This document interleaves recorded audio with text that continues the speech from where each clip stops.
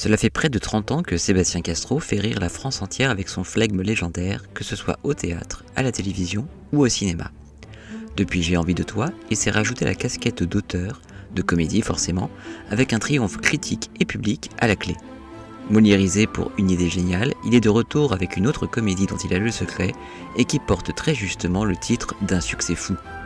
Pour Dramaturgie, le podcast qui met en scène l'écriture théâtrale, il revient avec beaucoup d'humour sur le difficile exercice d'écrire une comédie populaire, à prendre très au sérieux.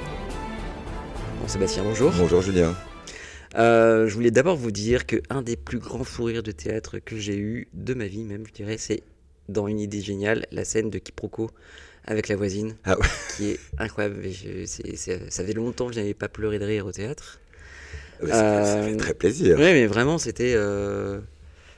Voilà. La voisine Agnès Bourri, elle est incroyable, et donc elle a mérité absolument incroyable. Je trouve, je ne suis évidemment pas objectif, mais ce qui est dingue, je fais une petite pour vous raconter, c'est que Agnès Bourri, elle est metteur en scène.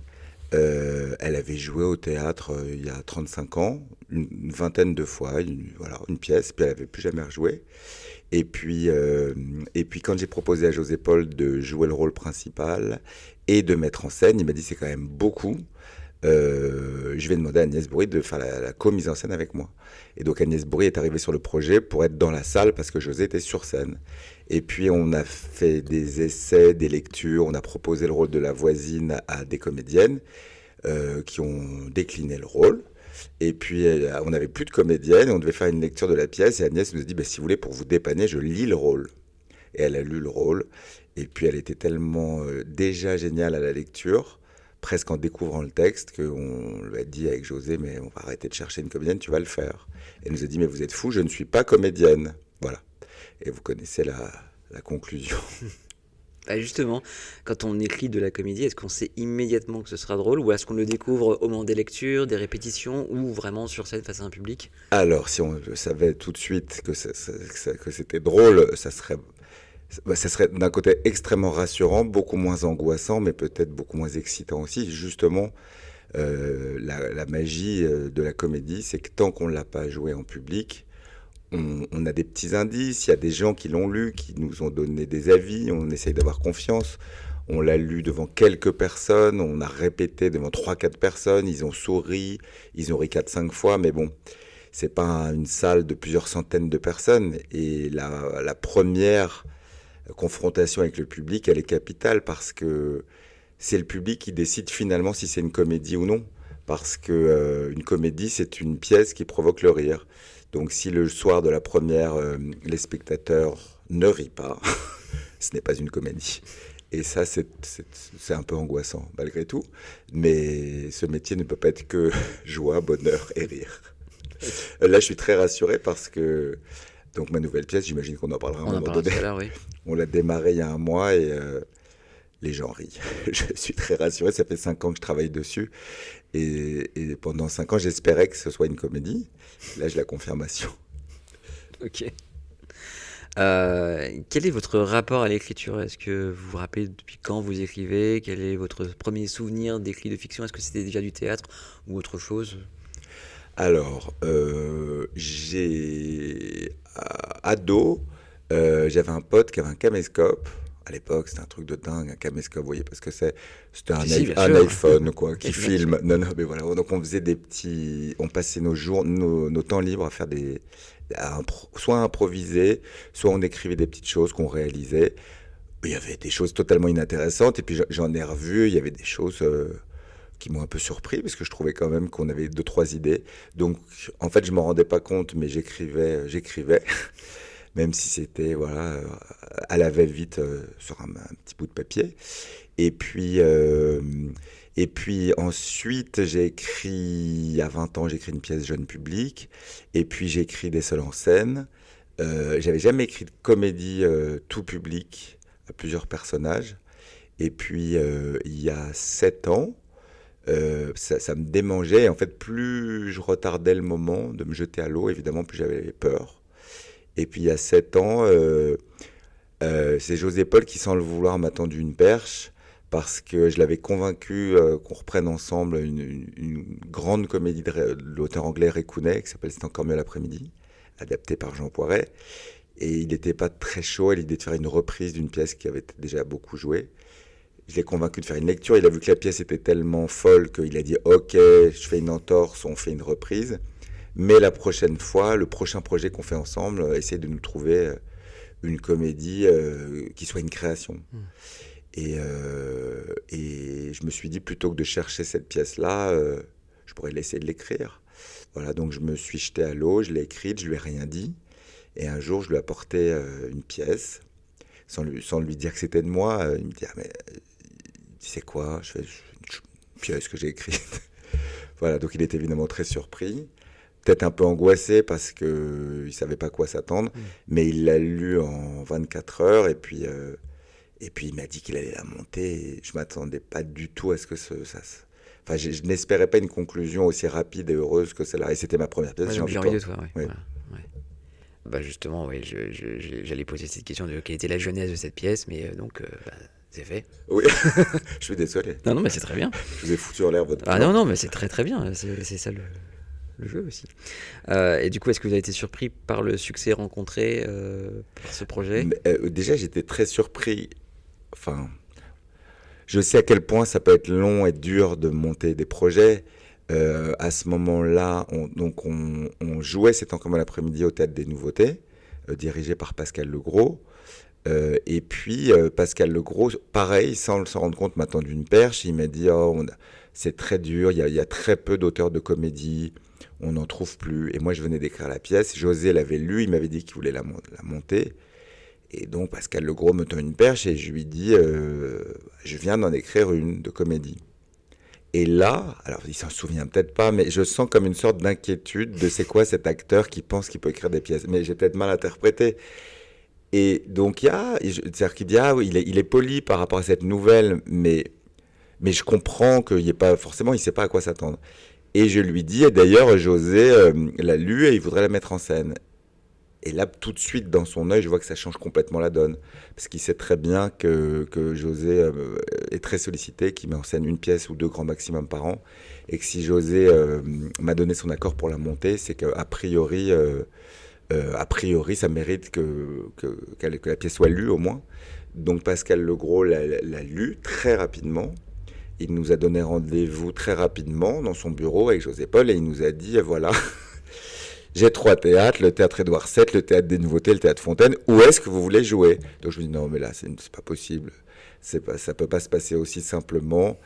Et on lui a dit, les 3 théâtres sont géniaux, mais ce qui nous semblait le plus approprié, c'était le théâtre Fontaine. Et ça s'est fait au théâtre Fontaine, et ça a été presque aussi simple que ça. Donc, alors là, on se dit, c'est la chance du débutant, ça peut pas se passer tout le temps comme ça. Et pour Une idée géniale, ça s'est passé assez simplement aussi. Et la 3e aussi. Voilà. Bon, ça va peut-être se compliquer par la suite. Hein. On va rester très prudent par rapport à tout ça. C'est déjà ça. En tout cas, après un tel premier succès, est-ce que c'est difficile de se remettre à écrire ? Ah oui. Est-ce que c'est une pression donc supplémentaire ou au contraire on est galvanisé Alors, c'est évidemment une énorme pression parce qu'on est un peu rassuré sur le fait que potentiellement on a su le faire une fois. Ça ne veut pas dire qu'on saura le faire la 2e. Enfin, moi, je ne me suis pas dit ça. Donc, on peut être un poil rassuré par ça, mais il y a beaucoup plus de pression parce que la première fois, on s'attend à rien. Et puis, au pire, ça se passe pas si bien. Mais voilà. Au moins on aura essayé et la 2e on a un peu plus attendu au tournant, mais j'ai tendance à tout anticiper et du coup j'avais un peu anticipé ça, ce qui fait que j'ai écrit la 2e pièce avant que la première se joue parce que je m'étais dit comme ça, si la première marche, au moins je serais pas j'aurais pas cette pression qui va m'empêcher d'écrire la 2e, elle sera déjà écrite.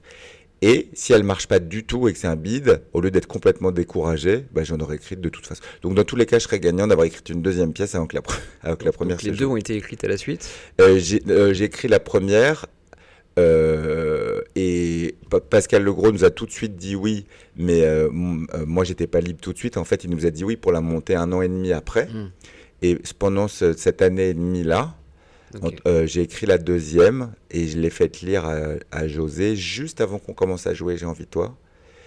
Et, euh, et il m'a dit, voilà, donc il m'a dit oui, pareil, avant qu'on commence à jouer J'ai envie de toi. Et un succès fou, je l'ai écrite pareil avant de jouer Une idée géniale. Et là, j'ai commencé peut-être à écrire je vous vois venir, Julien. D'accord, j'ai commencé un début peut-être de quatrième pièce, mais on verra. De Ok. toute façon. Oui, ce qui arrive après tous les 3 ans, là, en gros. Alors, oui, parce que pour le moment, ça s'est très bien passé, donc les pièces se sont jouées longtemps. Oui, c'est ça. Après, ça peut aussi, au bout d'un mois et demi ou deux, s'arrêter, hein, ça arrive.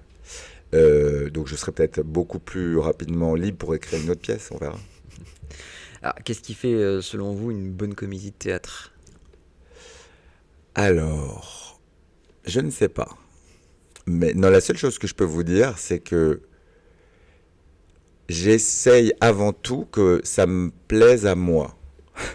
C'est pas du tout narcissique et c'est-à-dire qu'évidemment que si ça te plaît qu'à moi, ça n'a aucun intérêt et on s'en fout. Mais bien sûr que le but c'est que ça plaise aux spectateurs. Mais je n'ai jamais ce raisonnement de me dire qu'est-ce qui pourrait les faire rire, qu'est-ce que les gens veulent, qu'est-ce qu'ils ont envie qu'on leur raconte. Je pars du principe que j'ai envie de raconter ce que moi j'aurais envie de voir, d'entendre, que j'aurais envie qu'on me raconte. Et évidemment, j'espère le partager avec un maximum de monde, mais, j'essaye que ça me ressemble, que ce soit mon humour, que ce soit parfois mes bêtises, parce que parfois je suis comme un gamin en écrivant et je me dis mais je peux pas aller aussi loin quand même. Et comme je sais que j'espère toujours que José mette en scène, je me dis mais au pire si c'est trop, il me le dira et parfois je pense que j'ai raison de ne pas me censurer parce que dans les trois pièces, je crois qu'il y a des choses qui font beaucoup rire que j'osais à peine écrire. Dans Une idée géniale, il y a je peux déflorer maintenant parce qu'on a fini la pièce. Il y a Agnès Bourri, donc le personnage de la voisine, est persuadée, suite à un quiproquo, que le personnage joué par José Paul est mort. Mm. Elle en est mais persuadée, alors qu'il est en pleine forme. Hein. Et à partir du moment où ce postulat a été installé, je me suis dit donc, évidemment, ils ne peuvent jamais se croiser. Parce que si elle le voit, elle va comprendre qu'il n'est plus mort et ce sera moins savoureux, on ne pourra pas emmener le quiproquo encore plus loin.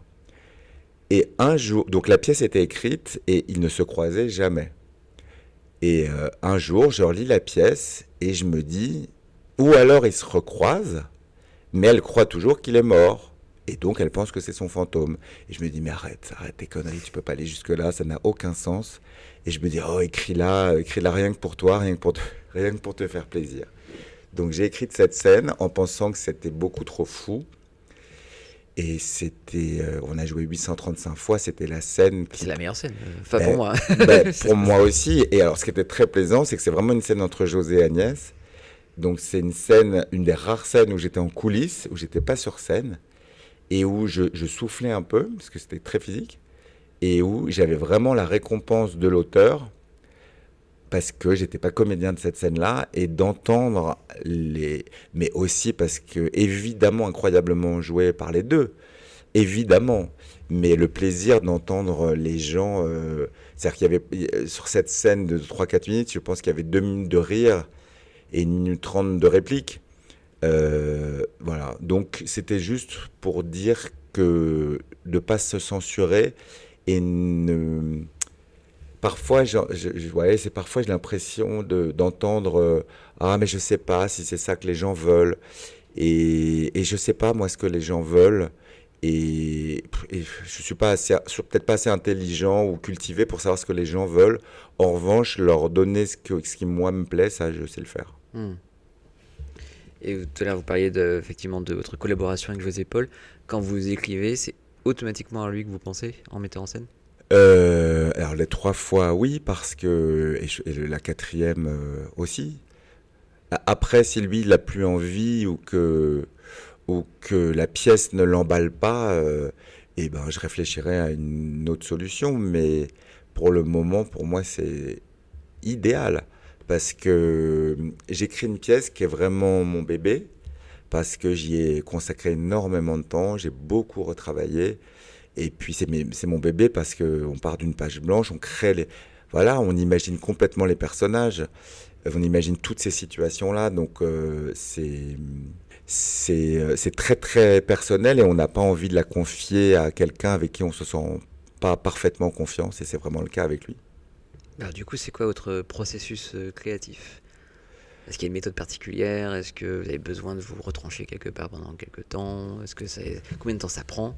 Combien de versions avant celle qui est jouée? Alors oui, je me retranche. Je me retranche pour la première version, la V1. Il peut y en avoir 50, 100, j'exagère pas du tout, 150. Mais la V1, ça peut être une sorte de brouillon de ce que ça va être. Mais dans la V1, il y a tout le déroulé, il y a toute l'histoire. Mais c'est dialogué avec des dialogues qui sont parfois un peu banals, qui sont lambda et qui sont un premier jet. Et après, je vais énormément retravailler et pour faire en sorte que ces dialogues ne soient plus banals. On dit banal ou banaux? Banal. On dit banal, ouais, d'accord. J'ai eu un vieux doute. Toujours cette pression de dire mince, maintenant on peut considérer que je suis auteur, alors il faut que je sache très bien maîtriser notre langue banale. Et cette première version-là, ouais, j'aime bien, enfin c'est pas que j'aime bien, j'ai jamais réussi à l'écrire chez moi à des horaires de bureau. J'aime bien partir et pouvoir ne faire que ça à mon rythme pendant 10 jours ou 2 semaines et écrire 6 heures par jour, qui est un peu mon max, après je fatigue. Mais ça peut être, je suis plutôt du matin, et quand je suis dans cette phase-là de création, je suis même très matinal, ça peut être commencer à 4 heures, de 4 heures à midi, et puis après j'ai la tête farcie et je fais autre chose. Et je vais me coucher très tôt, un peu excité à l'idée de me réveiller le lendemain très tôt pour continuer. Et c'est toujours au même endroit? Alors, j'avais un endroit qui était une maison d'hôte où j'ai, attendez, pas écrit J'ai envie de toi, mais j'ai démarré une idée géniale et j'ai écrit une partie de Un succès fou. Et puis, malheureusement, ils ont fermé, ils ont vendu. Alors, je me disais catastrophe. Et puis, quand j'ai voulu retravailler Un succès fou, du coup, je suis allé dans un autre endroit et je me suis dit que c'était aussi très créatif de pas avoir des petites habitudes bien ancrées. Et donc là, j'ai loué une maison ailleurs qui était super aussi et qui a été très inspirante aussi. Ok. Et donc vous écrivez et jouez principalement dans des comédies. Est-ce que c'est un exercice qui est pour vous du coup plus facile ou est-ce que ou au contraire c'est difficile finalement d'écrire de l'humour? Alors, pour moi, c'est beaucoup plus évident parce que c'est mon mode de communication. Euh, je pense que dès qu'il y a une tension, j'ai besoin de désamorcer avec de l'humour. Euh, je suis pas tout le temps joyeux, mais je sais pas s'il y a une journée entière où j'ai pas envie de faire au moins une petite blague, voire un canular qui m'amuse beaucoup. Je suis un gamin, j'ai 50 ans, mais parfois je me dis que entre 8 et 12, quoi. Donc ça m'amuserait pas forcément d'écrire un drame. Et puis, même si actuellement je joue dans mes pièces, même si c'est pas tout le temps le cas, c'est tellement agréable là sur scène d'entendre les gens rire. Mais si j'étais que auteur et pas comédien dans la salle, c'est tellement agréable et valorisant et les gens nous remercient tellement de le faire.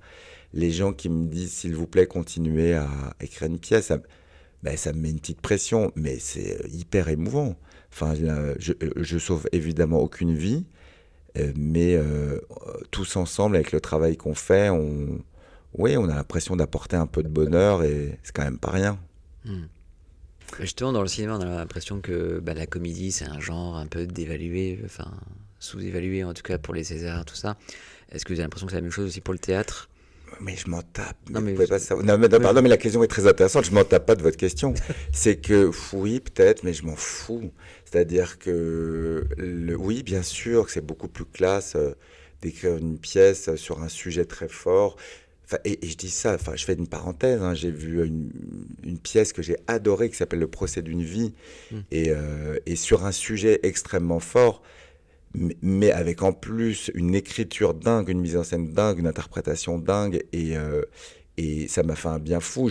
En tant que spectateur, j'ai apprécié aussi beaucoup bien sûr, j'ai pas que envie de rire, mais et bien sûr que ces pièces-là vont oui, c'est beaucoup plus valorisant d'écrire quelque chose qui va toucher ou qui va faire pleurer, et on aura beaucoup plus de récompenses, mais bien sûr, on aura beaucoup plus de Molière si on a écrit un drame, si on a écrit une comédie, on peut espérer avoir le Molière de la meilleure comédie, peut-être le Molière d'un meilleur second rôle, parce que on veut bien qu'un second rôle soit drôle, mais un premier, il vaut quand même mieux qu'il fasse verser une larme.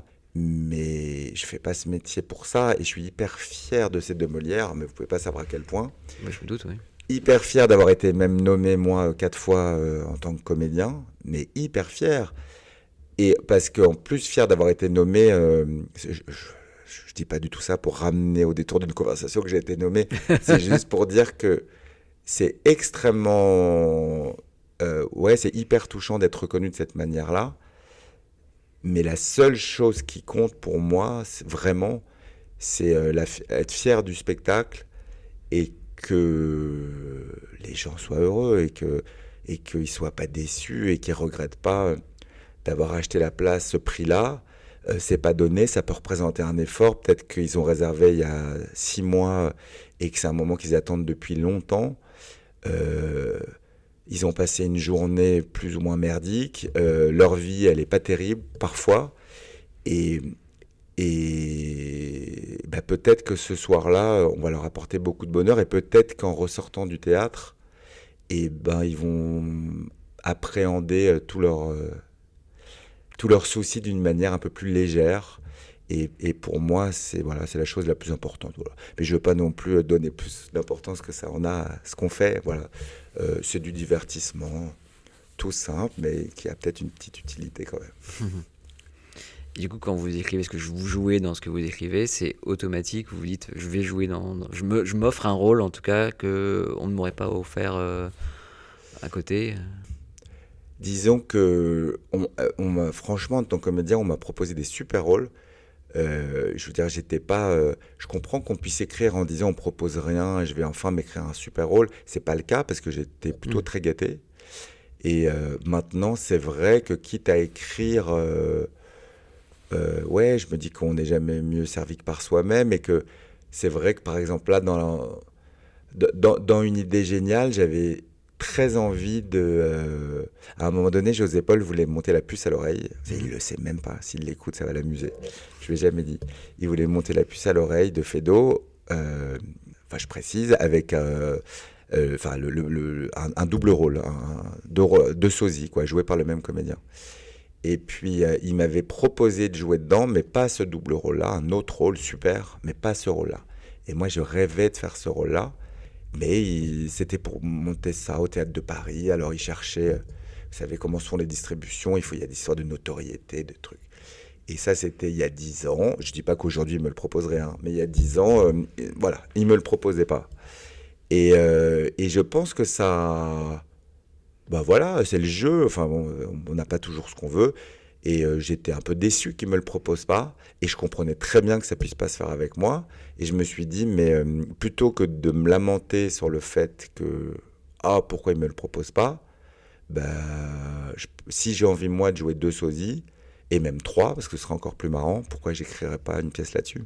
Donc oui, ça permet aussi de se faire à soi-même des cadeaux, et plutôt que d'être malheureux qu'on ne vous les offre pas. Et sur un succès fou, je crois que j'avais bien envie d'un rôle avec un peu plus de... Vous l'avez pas vu encore? C'est Non, normal, mais non, c'est normal, mais c'est non. pas du tout un Et reproche, oui. Julien, c'est en tournée, on a joué que 20 fois pour le moment. J'ai hâte de la voir quand Mais- elle sera à Paris. On peut en parler justement. Ah carrément. En tout cas, je vais pas trop en dire, mais j'avais bien envie voilà, je dis pas que le personnage est radicalement différent, mais voilà, il y a c'est compliqué, je veux pas trop dire. Voilà, il y a quand même des choses que j'ai jamais eu l'occasion de jouer, et c'est hyper agréable. Et on peut savoir de quoi ça parle ou c'est... Bien sûr, Oui, bah alors si. évidemment. Un succès fou, c'est l'histoire d'Océane, de Simon et d'Antoine, qui ne se connaissent pas du tout, mais qui vont ah oui, pardon, ils ont 2 points communs quand même, ils sont seuls et fauchés. Voilà. Et ils se retrouvent la soirée dans un même immeuble à 3 étages, au premier, au second et au troisième. Et là, les planètes vont s'aligner, et le fait de passer la même soirée les uns au-dessus des autres, eh bien, ils auront un succès fou. Voilà. La pièce se passe en temps réel pendant 1 heure et demie, un soir du 15 août, et le décor représentant réellement un immeuble de 3 étages.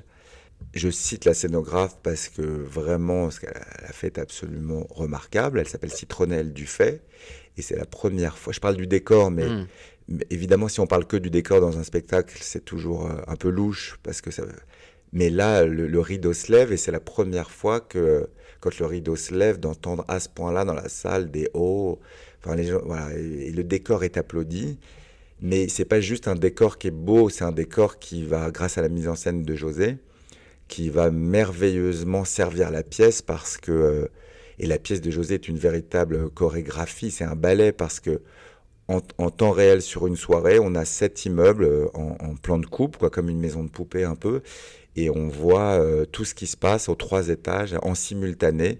C'est-à-dire qu'une scène peut se jouer au second, mais il se passe aussi quelque chose au premier, quelque chose au troisième, et tout ça est un travail d'orfèvre de la part du metteur en scène parce qu'il faut que l'attention ne soit focalisée qu'à un endroit précis, il ne faut pas parasiter quand ça joue là.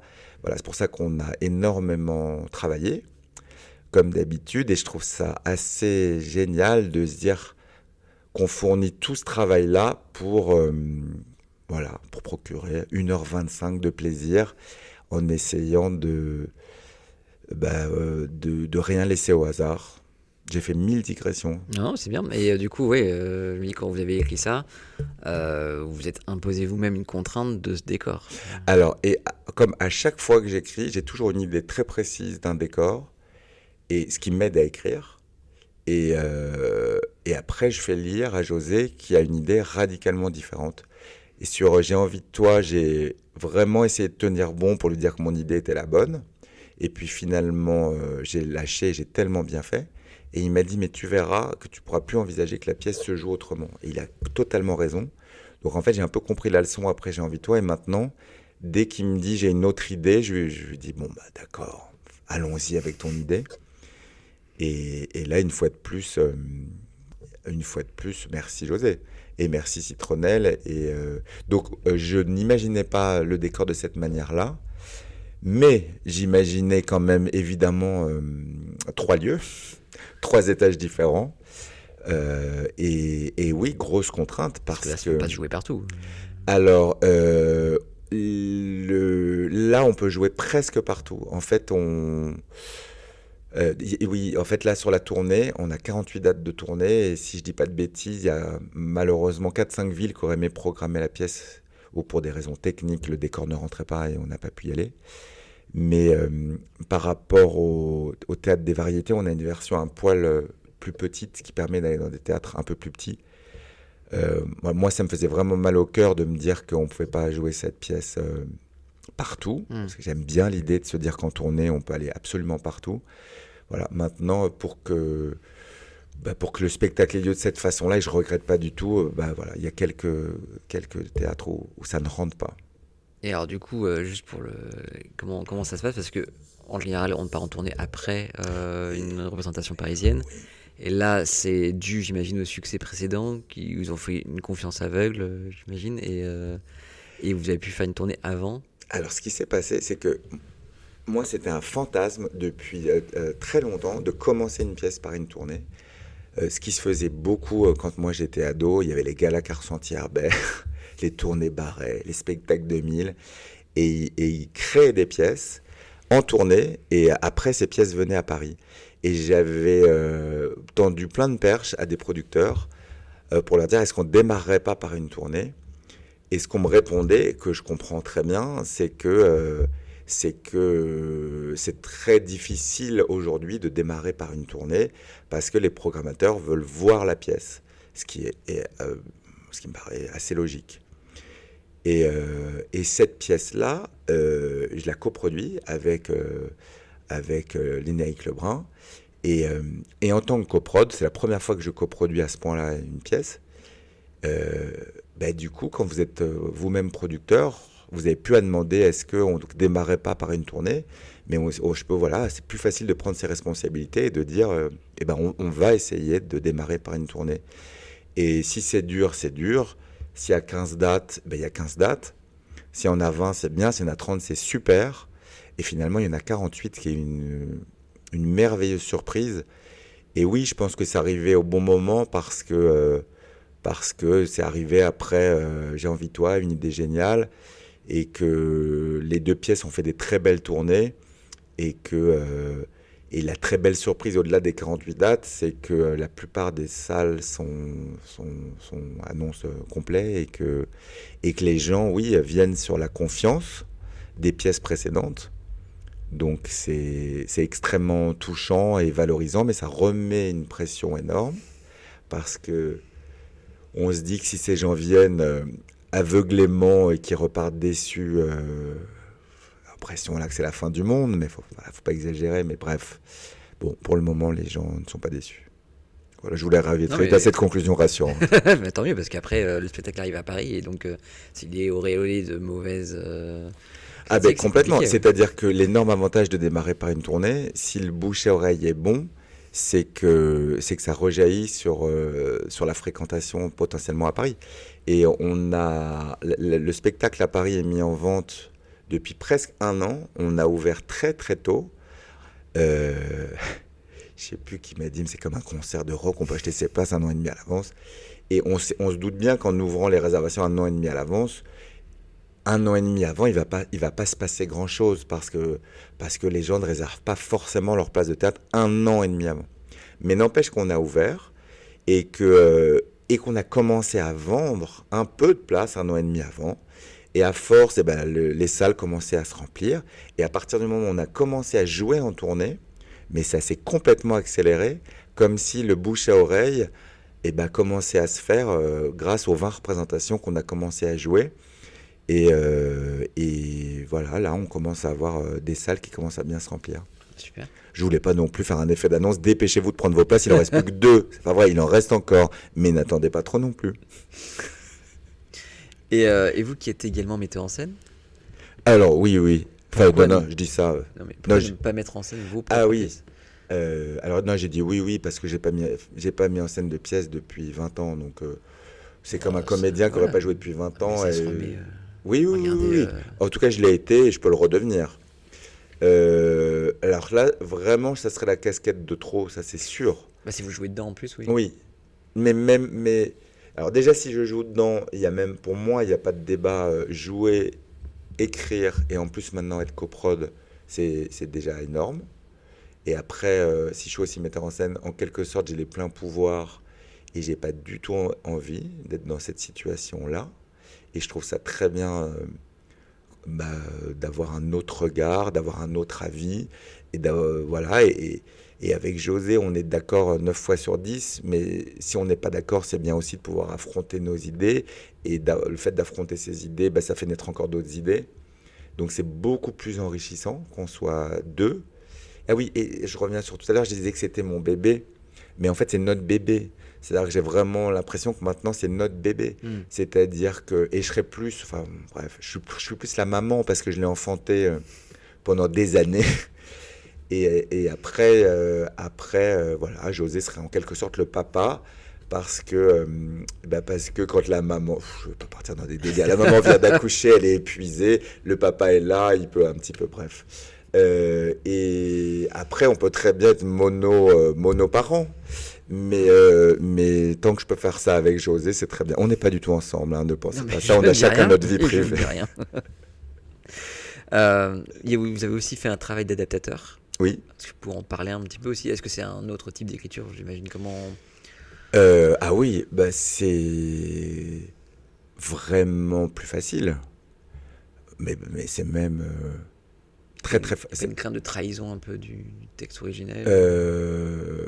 Alors moi, j'avais pris pas mal de liberté justement, et je pense que j'ai l'impression toujours qu'il vaut mieux ne pas être trop respectueux et que quand c'est des pièces qui ont été écrites il y a 40 ans, par exemple, parfois il vaut mieux couper et pas se dire je vais tout garder parce que voilà, les mentalités évoluent, on n'est plus habitué à avoir des pièces qui durent 2 heures et demie et que parfois on a compris en une scène d'exposition de 10 minutes, on a tout aussi bien compris qu'en une demi-heure d'exposition.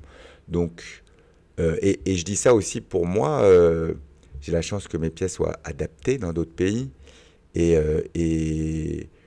je tiens pas à ce qu'il y ait un respect absolu de mes pièces. Enfin, ce que je veux dire, c'est que si c'est un adaptateur qui connaît son métier et qui connaît aussi les mentalités de son pays, et qui prenne des libertés pour que ça marche dans son pays. Et si c'est dans 20 ou 30 ans, pour que ça marche dans 20 ou 30 ans en l'adaptant aussi à l'époque. Donc non, je ne suis pas pour une fidélité absolue, parce que si c'est une fidélité absolue, c'est une traduction de la pièce littérale et ça n'a pas grand intérêt. Comment vous définiriez votre théâtre ? Enfin, mon théâtre, mes 3 petites pièces que j'ai écrites, mes petites comédies, je les définirais comme des comédies. Alors, une chose dont je suis très fier, c'est que ce soit tout public. Dans un de mes seuls en scène que j'avais écrit, c'était pas tout public, je le savais, et ça me faisait rire d'aller dans des endroits qui n'étaient pas pour les gamins, pour les enfants, pour les plus jeunes. Et ça m'amusait de le faire. J'ai complètement assumé de le faire. Mais en fait, en jouant, d'avoir que des salles d'adultes, je trouvais ça un peu dommage. Et quand j'ai écrit J'ai envie de toi, j'avais très envie, pour le coup, que ce soit tout public. Et j'avoue que depuis, avoir dans la salle vraiment des enfants, des ados, des adultes, jeunes, moins jeunes, très vieux, je trouve ça assez génial de réunir autant de monde venant d'autant d'horizons avec voilà, toute cette palette d'âge notamment. Donc des comédies tout public à vocation quasi unique de distraire.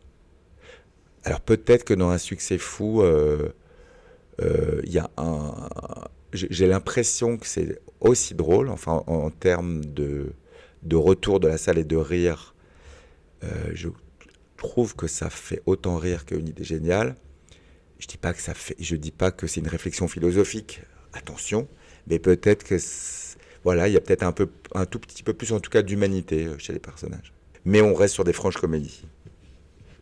Oui, vous avez du coup l'impression de pouvoir tout vous permettre grâce au rire. Non. Non, pas du tout. Non, je pense pas. Alors, par rapport à ce fameux débat, peut-on rire de tout ? Moi, en tout cas, j'ai pas du tout envie de rire de tout. Il y a même des moments où c'est pas du tout le moment de rire, pour moi. Hein. Et il y a des sujets qui sont absolument inopportuns.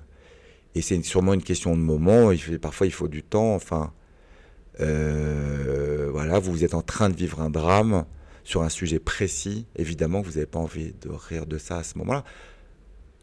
Quoique, peut-être que oui, à un moment donné, mais tout le monde n'est pas disposé à le faire. Et puis, on ne peut pas imposer des choses qui pourraient être malvenues. Enfin, bref. J'ai complètement oublié votre question. Julien, c'était quoi ? C'était pas du tout peut-on rire de tout.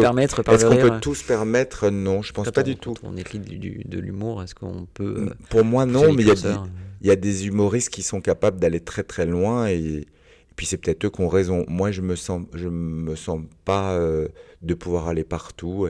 Il y a des choses que je pourrais trouver irrespectueuses où j'ai pas envie d'aller ou des sujets délicats par rapport à l'actualité, ou de toute façon, c'est pas que ça m'intéresse pas, mais je préfère qu'on s'évade de cette actualité-là. Et parfois, les gens disent, mais vous improvisez pas par rapport à l'actualité. Mais non, pas du tout. Oublions cette actualité et évadons-nous. Enfin, moi, je préfère. Et quand on est auteur, est-ce que c'est difficile de se remettre au service des autres, pour les mots des autres, en tout cas, surtout dans la comédie ? Alors, non, pas du tout, dans le sens où, alors là, c'est vrai que j'ai pas joué la pièce de quelqu'un d'autre depuis quelques années, mais je tourne notamment dans La Petite Histoire de France, et que je trouve à chaque fois très bien écrit. Ça fait 10 ans qu'on tourne, et à chaque fois qu'on reçoit des nouveaux textes, j'ai toujours cette crainte de me dire j'espère que l'exigence d'écriture sera la même. Et je trouve que c'est le cas, et je trouve que maintenant les auteurs, ils sont nombreux, ils nous connaissent très bien, ils écrivent vraiment pour nous. Et quand c'est une qualité d'écriture, je trouve ça, c'est très reposant de recevoir un texte et de trouver ça très drôle et d'avoir envie d'aller le jouer. C'est un peu la récré, quoi. Vous allez juste aller vous amuser. Et est-ce qu'il y a des auteurs de théâtre dans votre panthéon ? Alors oui, c'est un ami, mais vraiment je pense pas du tout perdre en objectivité parce que je l'aime aussi humainement. Au contraire, parfois je peux peut-être être plus exigeant avec les gens que j'aime. Donc je suis très très très fan de Rudi Milstein, notamment de sa pièce moliérisée qui s'appelle « C'est pas facile d'être heureux quand on va mal », qui se joue toujours. Et puis il a écrit une seconde pièce qui commencera à peu près en même temps que nous, qui se jouera à la Pépinière. Je l'ai lu, j'ai assisté à une lecture, et je crois que ça a été assez génial aussi. Et voilà, très fan. En comédie, et je vous ai parlé de ce coup de cœur que j'avais eu pour Le procès d'une vie. Alors, coécrit par Barbara Lamballet et Karina Testa, dans un tout autre registre que j'ai trouvé, je n'ai pas de mots en fait. C'est-à-dire que ce que j'adore, c'est que parfois, évidemment, en faisant ce métier, on peut facilement analyser, décortiquer, dire ça j'ai aimé, ça moins.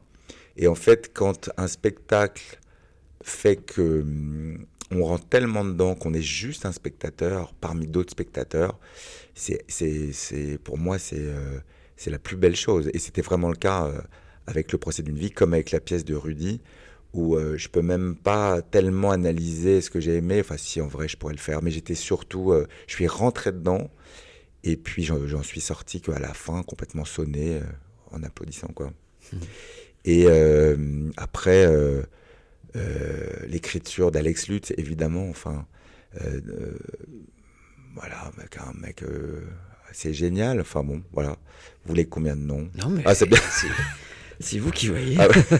Voilà, mes coups de cœur spontanés. Très bien. Et dernière question, quel conseil vous pourriez donner à des auteurs qui voudraient se lancer dans l'écriture théâtrale et notamment dans la comédie ? D'écrire exactement ce qu'ils ont envie d'écrire, sur les sujets qu'ils ont envie d'écrire, et de pas se laisser... de pas se laisser mettre dans des cases. Et justement, ça me fait Le procès d'une vie, donc les deux auteurs, elles ont mis 8 ans à monter leur projet. Mais je les connais pas plus que ça, hein. Enfin, je les ai découverts après avoir vu la pièce, et on a échangé 2 mots. Mais je suis hyper fier d'elles sans les connaître, mais parce qu'elles se sont battues, elles ont rien lâché, et elles ont tellement bien fait. Mais c'est marrant parce qu'à l'heure où on parle là, il y a les nominations au Molière qui sont en train d'être annoncées. Et bon, il n'y a pas de raison qu'elles en raflent pas plein. Et voilà, bon, on verra tout à l'heure, on ira vérifier. Et elles ont tellement bien fait, et elles me racontaient qu'on a vraiment... Enfin, elles ont 1000 fois l'occasion de se décourager et de lâcher l'affaire. Et puis, on leur a même dit, mais arrêtez avec ce sujet, Gisèle Halimi. Enfin, vous voulez pas plutôt écrire là-dessus ? Mais non, en fait, c'était ça qu'elles voulaient raconter. Et elles sont allées au bout de ce qu'elles voulaient faire, elles. Et je pense que cette pièce, qui est déjà à une période où les théâtres ne sont pas forcément remplis, et ce théâtre-là est rempli parce que le bouche à oreille se fait. Et elles ont bien fait de rester fidèles et intègres par rapport à ce qu'elles avaient envie de raconter. Donc c'est déjà énorme, je trouve, de savoir ce qu'on a envie de faire plutôt que de faire ce qu'on pense que ce serait bien qu'on fasse parce que les gens auraient envie de voir ça. Très bien. Ça vous va, Julien ? C'est parfait. Merci beaucoup, Sébastien. Avec grand plaisir. Merci à vous pour toutes ces questions. Cet entretien a été réalisé au Théâtre des Variétés le 2 avril 2026. Je remercie le théâtre de nous avoir ainsi ouvert ses portes et Sébastien Castro de m'avoir servi de guide dans les méandres des coulisses. Il sillonne actuellement la France avec un succès fou mis en scène par José Paul, que l'on pourra applaudir au Théâtre des Variétés à partir du 27 août. En attendant, allez au théâtre et lisez-en, ça peut être très intéressant.